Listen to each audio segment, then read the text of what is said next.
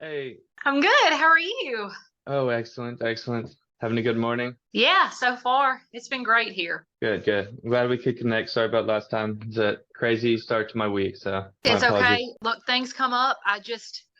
Mondays are my off day. So I was like in here, I dropped the kids off. I was in here and I was like, this is weird because I have not gotten an email. I So know. Yeah, sorry about that. how long will this last? Probably. We'll probably be about anywhere from like 20 to 30 minutes, but we'll see. If it's shorter than that, it's not really a problem. Okay, that's fine. Right. So let me start off with just asking you, what inspired you to become a writer? Like, how did you get started? What was the process like of wanting to write your first novel? Well, I've always enjoyed writing and I do a lot of writing. I've got almost 100 hours of graduate work with in my mental health profession. And honestly, I wanted to go back to school. I wanted to go and work on my PhD.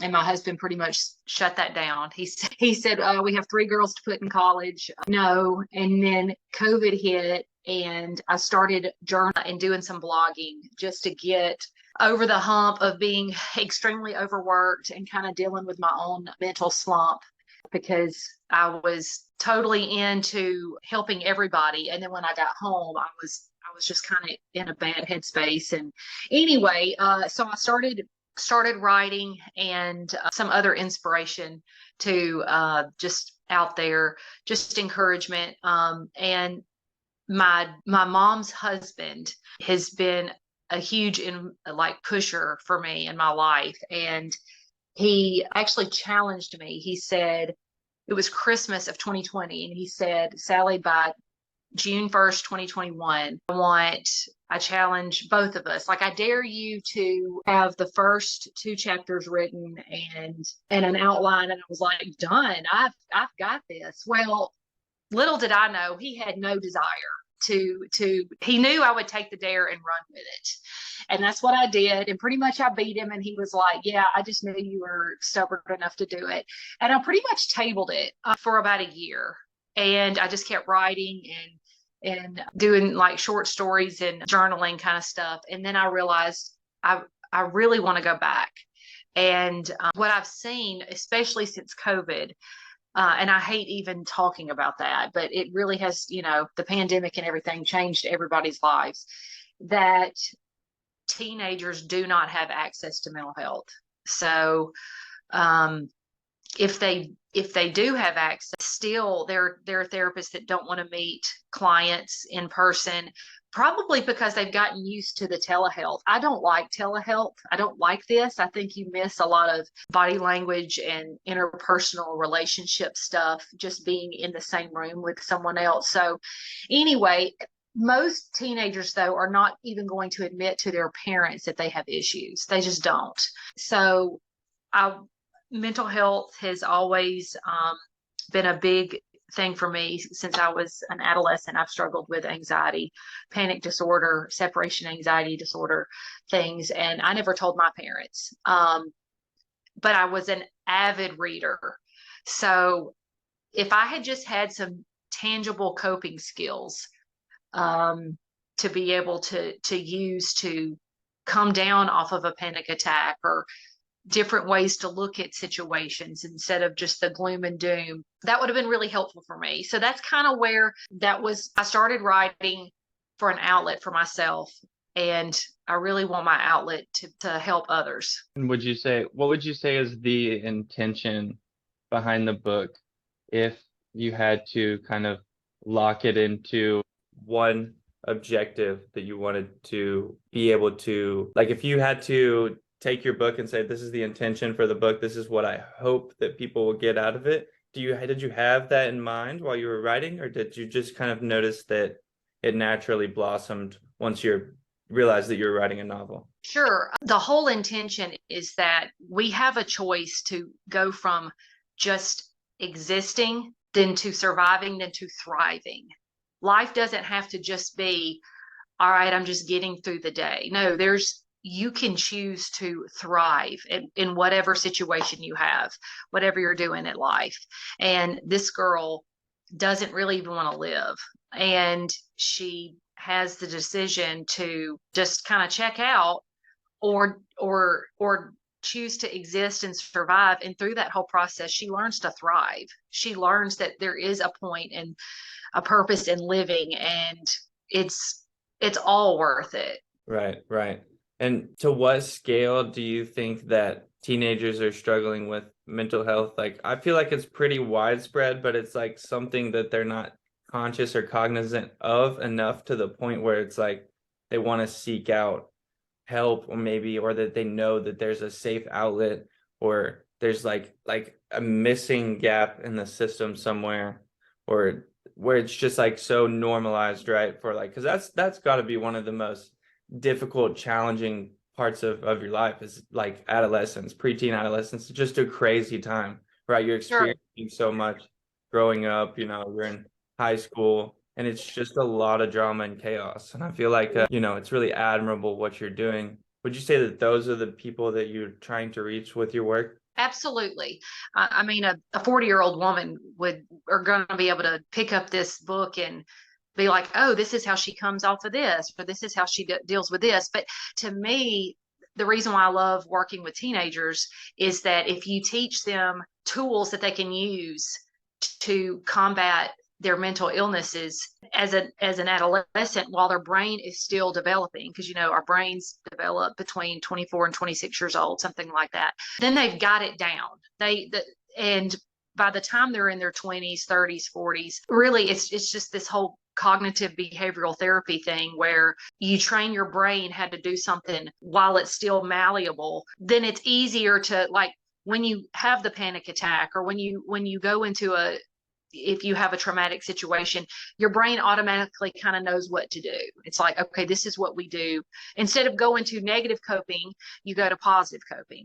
So it's the whole point of teaching them how to deal as teenagers. So when they get older, it automatically happens. Because one of my previous editors said, this is not a warm and fuzzy book. I'm not gonna, it really kind of rolls like a drama, just because people think, oh, I go to therapy for 3 sessions and I got the skills and now this is never going to happen again.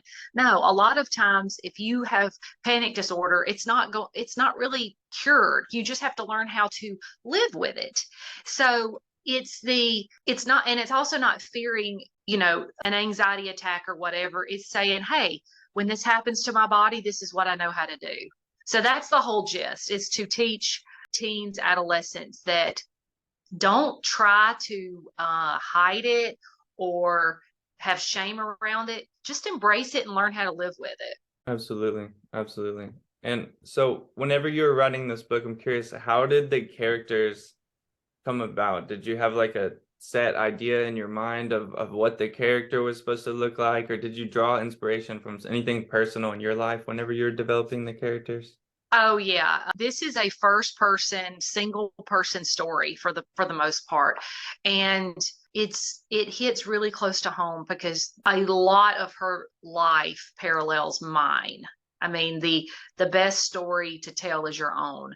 Now, I did not grow up in the wilderness, and I did grow up in rural Alabama, and the parent dynamic is not the same in some aspects, but her debilitating anxiety and not wanting to live is very, very accurate to when I was an adolescent. And I had to learn that there's more things in life than just my anxiety. I realized as a teen, like in my 20s, I looked back from my 20s to like from 8 years old to my 20s, I realized that my timeline was based around my anxious spells. That is not how you live. You don't live with a timeline based around the negative. You need to live with a timeline based around the positive. So anyway, this is her story. Absolutely has a lot of parallel to what I have experienced myself. I'm just curious, on a personal level, what kind of helped you? You said from like in your 20s. Was there like a specific moment, or like someone or something that you had learned from, or something specific that you learned that enabled you to change the trajectory? Yeah, definitely. You still on? Can you hear me, Sally? Okay. We're reconnected. Yeah, I was just curious if you had like a specific moment or somebody. I did. I did. I finally, I was a kid of the 90s, rural Alabama. My mother was not going to take me to a therapist. This was the time where a lot of therapy work, and I'm glad.